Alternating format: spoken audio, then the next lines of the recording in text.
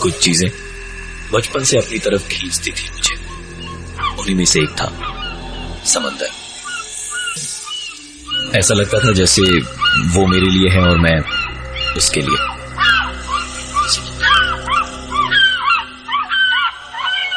अमन हमेशा सबको यही बताता था। उसके मर्चेंट नेवी में आने की वजह थी यही, समंदर। कहते हैं समंदर सब कुछ निगल लेता है पर वापस भी कर देता है। अमन अपने जहाज के कमरे का दरवाजा बंद करके पलटा ही था कि लहरों की आवाज के बीच अपने कमरे के दरवाजे पे उसने एक आवाज सुनी। अमन एक पल को रुका, आवाज को ध्यान से सुना। वो आवाज अपने आप धीरे धीरे धीमी होते हुए बंद हो गई। तो अमन ने अपने कमरे की लाइट ऑफ की और जाकर बिस्तर पर लेट गया। अमन का यह पहला सफर था। बिस्तर पर लेटते ही नींद बड़ी गहरी आ रही थी उसे, और उसी में उसने एक आवाज सुनी। अमन ने इतना ध्यान नहीं दिया, लेकिन इतनी आसानी से सो पाना शायद अमन के नसीब में आज था नहीं, क्योंकि उसके आंखों को मूंदते के साथ ही एक बार फिर अमन की नींद खुल चुकी थी।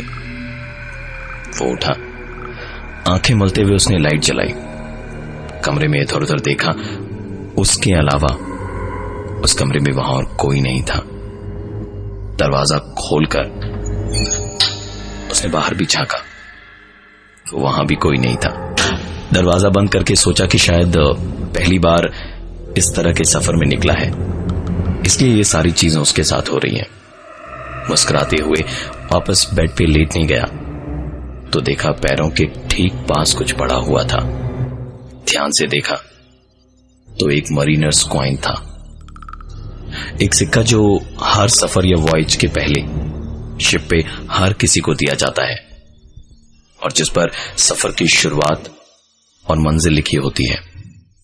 ये यहां कैसे आया, ये सोचते हुए अमन उस सिक्के को उठाने के लिए झुका तो सिक्का जैसे पता नहीं कितना भारी हो, वो अपनी जगह से हिला तक नहीं। अमन झुक के घुटनों पे बैठ के उस सिक्के को उठाने की कोशिश करने लगा। सिक्का जैसे जमीन से चिपका हुआ था। जैसे ही वो सिक्का जमीन से उठा तो अमन का ये कमरा जोरों से हिलने लगा। एक एक चीज कमरे में गिरने लगी। ऐसा लगा कि कमरा बिल्कुल किसी बॉम्ब की तरह फट जाएगा।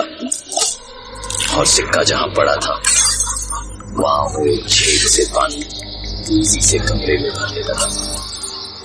कमरे के फर्श में लगी लकड़ी के पटरे छिद्रों की तरह टूटने लगे। पूरे कमरे में पानी, कमरा भी जहाज के साथ साथ डूब रहा था इसमें। और अमन दरवाजे को खोलने की कोशिश कर रहा था पर दरवाजा नहीं खुल रहा था। दरवाजे को खोलने की चाहत में उसने नाखूनों से दरवाजे को नोचना शुरू किया।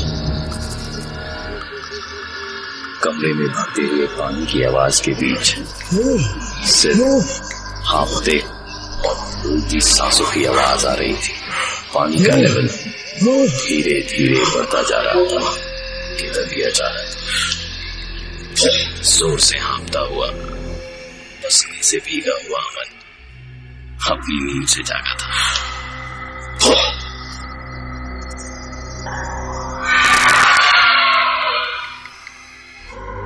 शिप पे अपने रूम में जब अमन ने एक डरावना सपना देखा जिसमें उसके कमरे में एक मरीनर्स कॉइन को उठाते ही रूम में पानी भरने लगा और पूरा शिप डूबने लगा। अमन सांस लेने भर को छटपट करता रहा कि तभी अचानक आंख खुली तो देखा ये उसका एक बुरा सपना था और कमरे में कोई आवाज नहीं थी सिवाय शांत समंदर की लहरों के। हाफते हाफते अमन जब थोड़ा नॉर्मल फील करने लगा तो उसने कमरे की लाइट जलाई, तो घूंट पानी पिया कि तभी दरवाजे के नीचे से एक मरीनर्स कॉइन लुढ़कता हुआ आया। वो सिक्का ठीक सपने में जैसे देखा था अमन ने, वैसे ही उसके पैरों के पास आकर पड़ा हुआ था। अमन ने पहले तो डरते डरते कॉइन को उंगली से हिलाया। कॉइन अपनी जगह से थोड़ा सा खिसका और कुछ नहीं हुआ, सब कुछ नॉर्मल था। अमन मुस्कुराया और सपने से डर जाने पे खुद पे ही हंसते हुए कॉइन को उठा लिया। इस कमरे में बैठे हुए उसे अजीब लग रहा था। उसने सोचा कि समंदर की ताजी हवा खाई जाए। सीधा ऊपर डेक पर जाके ताजी ठंडी हवा में खड़े होके कुछ देर तक सिर्फ लहरों और हवा की तेज आवाज में खोया ही था कि किसी ने उसके कंधे पे हाथ रखा। पलट के देखा तो कैप्टन थे।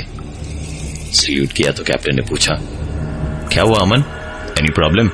अमन ने कहा, सर रूम में अच्छा नहीं लग रहा था, तो सोचा ताजी हवा में रहूंगा तो थोड़ा बेटर फील होगा। कैप्टन अमन की बात सुन के थोड़ा मुस्कुराए और फिर उन्होंने कहा, उस कमरे की यही प्रॉब्लम है, मैं भी शुरू में 2 महीने उसी कमरे में था। अमन ने तुरंत पूछा, क्या प्रॉब्लम सर? कैप्टन ने गहरी सांस भरी और उसके बाद बोलना शुरू किया। दरअसल उस कमरे की 2 कहानियां हैं जो हर कोई बताता फिरता है, लेकिन क्या सच है और क्या झूठ, ये शायद ही कोई जानता है। आदित्य, यही नाम था उसका, बहुत ही तेज स्टूडेंट हुआ करता था, लेकिन अपनी पढ़ाई लिखाई के ऑब्सेशन में वो कुछ भी कर जाता था। एक थ्योरी पे रिसर्च कर रहा था, द एक्ट ऑफ डिनायल, मतलब जो है पर इंसान उसे मानने को तैयार नहीं। एक दिन घर पहुंचा तो देखा मां अभी भी बीमार है। 3 दिन हो गए थे। बीमारी में उसकी मां बिस्तर से भी नहीं उठ पाई थी। आज भी आदित्य ने आवाज दी, मां मां मां, तो मां की तरफ से कोई जवाब नहीं मिला। अंदर झांक के देखा तो मां सो रही थी। बीमारी में बदन का रंग पीला पड़ गया था, बाल सूख से गए थे और उसकी लाख कोशिशों के बाद भी उसकी मां ने खाना नहीं खाया। गुस्से में आदित्य ने भी उस रात खाना नहीं खाया।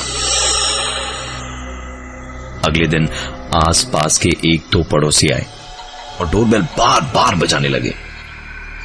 आदित्य ने दरवाजा खोला तो उन्होंने बताया कि पिछले 3 दिनों से कुछ सड़ने की बदबू आ रही है आदित्य के घर से।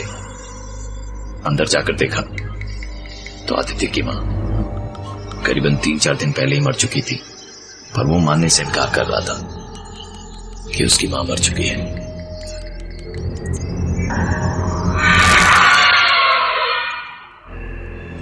कैप्टन ने आदित्य की एक कहानी वो बताई जो आदित्य के साथ उसके घर पे हुई थी, और उन्होंने अब आगे बताना शुरू किया कि दूसरी कहानी ये भी है कि एक दिन इसी शिप पर कैप्टन जब सबको काम डिस्ट्रीब्यूट कर रहे थे तो उस वक्त आदित्य को जैसे दौरा पड़ गया और वो जोर जोर से चीखने, चिल्लाने और तड़पने लगा। और फिर अचानक एकदम शांत होके खड़ा हो गया और चारों ओर मुस्कुराता हुआ देखने लगा।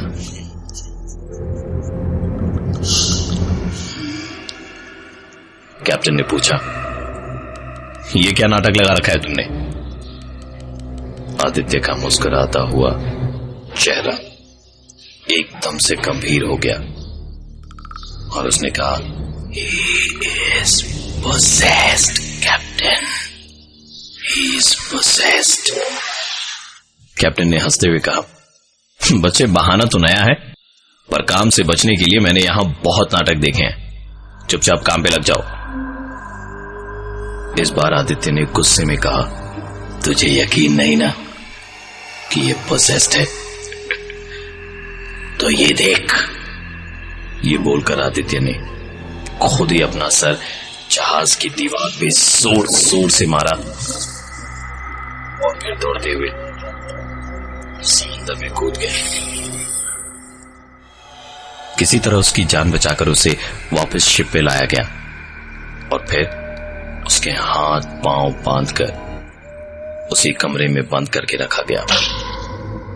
कुछ देर तक तो कमरे के अंदर में वो चुपचाप बैठा रहा, लेकिन उसके बाद दरवाजे पे खटखटाने लगा और वो सुन के ऐसा लगा जैसे पहले किसी ने एक हाथ से खटखटाया, फिर 2 हाथ, और फिर ऐसा लगा जैसे वहां से एक आदमी नहीं, पूरी की पूरी भीड़ बंद।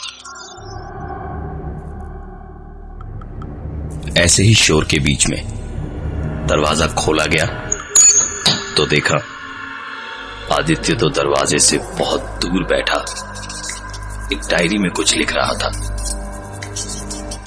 कैप्टन ने पूछा, हाथ कैसे खुल गए तुम्हारे? आदित्य ने मुस्कुराते हुए कहा, मैंने कहा था ना, ही इज पोसेस्ड। इसके हाथ बंधे हुए थे पर मेरे नहीं। कैप्टन अब थोड़ा परेशानी में थे और उन्होंने पूछा, कौन हो तुम और इसको क्यों परेशान कर रहे हो? उसके चेहरे से अब हंसी जा चुकी थी और लाल आंखों में सिर्फ गुस्सा ही दिख रहा था। आदित्य ने कहा, इसकी वजह से मैं मरा, अब इसके मरने की बारी है।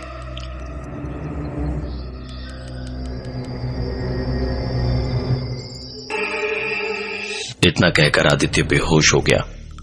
पानी के छींटे मार के उसे होश में लाया गया तो आदित्य ने खुद बताया कि मिस्टर डिसूजा उसके पड़ोस में रहते थे। 45 साल की उम्र में ही वो करीबन 60-65 के दिखने लगे थे। उनकी आंखें धंस चुकी थी और बीमारी ने उनके हुलिये को इस कदर बिगाड़ दिया था कि अंधेरे में कोई देख ले तो डर जाए। एक रात जब आदित्य सो रहा था तो उसने अपने कमरे में अंधेरे में किसी को देखा और बुरी तरह से डर गया। उठकर देखा तो मिस्टर डिसूजा थे, जिन्होंने बहुत ही अजीब तरीके से आदित्य को देखते हुए कहा, अगली बार दरवाजा खुला रख के मत सोना।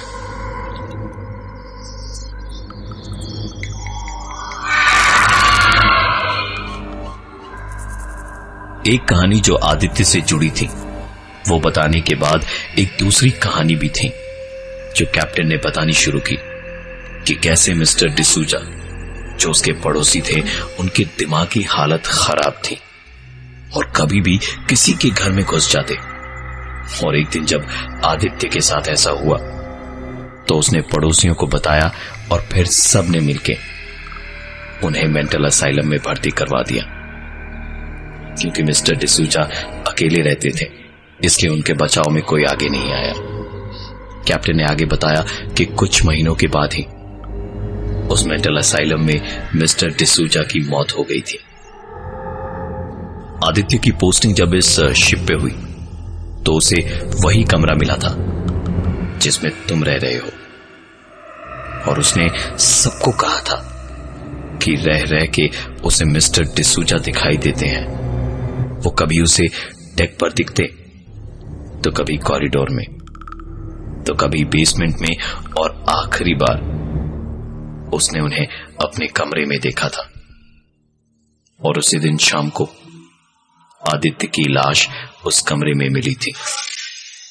आदित्य का पूरा कमरा खून से भरा पड़ा था और उसने अपनी कलाई काट रखी थी। कहते हैं कि मिस्टर डिसूजा की आत्मा ने ही उसे मारा था अपनी मौत का बदला लेने के लिए। सारी बातें अमन ने बड़े ध्यान से सुनी और आखिर में मुस्कुराकर कैप्टन से कहा, सर आपने सब कुछ बताया, लेकिन कुछ बातें आप बताना भूल गए। दरअसल उसकी मां की डेथ के बाद से ही वो बहुत कुछ देख सुन पाता था। मिस्टर डिसूजा की मौत के बाद शिप पे आने से पहले भी वो उन्हें देख पाता था। उसे लगा था कि शायद शिप पे वो उसे दिखाई नहीं देंगे, लेकिन वो यहां भी उसे दिखते थे। पर एक बात आप मिस कर गए। कैप्टन शायद इससे ज्यादा आज तक कभी नहीं चौंके थे आदित्य के मामले में। उन्होंने दबी हुई आवाज में अमन से पूछा, क्या मिस कर गया मैं? अमन ने मुस्कुराते हुए कहा, सर आप ये नहीं जानते कि आदित्य ने अपनी जान मिस्टर डिसूजा की वजह से नहीं, यहां की रैगिंग से तंग आके दी थी। मिस्टर डिसूजा की आत्मा ने कभी उसे कोई नुकसान नहीं पहुंचाया। वो तो यहां के क्रू मेंबर थे जो आदित्य को डरपोक कहते और पता नहीं कितने तरीके से बेइज्जत करते थे, जिसे तंग आकर उसने अपनी कलाई काट के अपनी जान दी थी। कैप्टन बहुत शेरदिल इंसान थे, लेकिन इस वक्त एक अनजाने से डर से भरी हुई आवाज में बोले, तुम्हें कैसे पता इतना सब कुछ? जवाब में अमन ने सिर्फ एक ही बात कही, मुझे आदित्य ने खुद सब कुछ उसी कमरे में बताया सर। कैप्टन तुरंत वहां से उठे और अमन के कमरे की ओर भागे। वहां पहुंच के दूर से ही देखा तो दरवाजा खुला पड़ा था। दरवाजे के पास पहुंच के अंदर झांका तो वो नजारा आदित्य की कहानी को दोबारा आंखों में दिखा गया। कमरे के अंदर अमन बिस्तर पे पड़ा था। बड़ी बड़ी पथराई आंखें छत की ओर देख रही थी।